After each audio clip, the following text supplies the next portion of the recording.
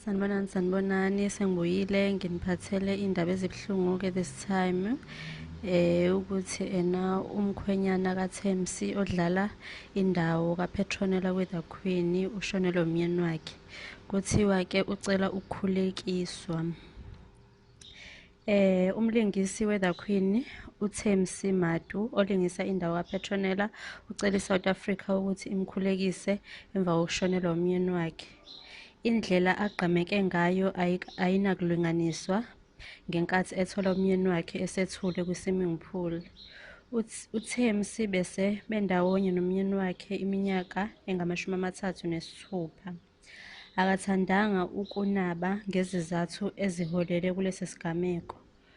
Omunye wabaphathi obuye abe umlingisi we-The Queen uConnie Ferguson udlulisa amazwi okudabuka nawenduduzo emndenini kaThemsi. Nabalandeli be-The Queen bebelokhu bewadlulise njalo amazwi enduduzo. Siyakhumbula futhi ukuthi esontweni elidlule omunye owayewumthuli we-Perfect Wedding ukayise naye washonelwa umyeni wakhe emva kokuthi babe sengozini yemoto eyagcina be-admithwe esibhedlela bobawu-2. Ngebhadi-ke wangakwazi ukuthi yena aphile, washona-ke umkhwenyana wakhe.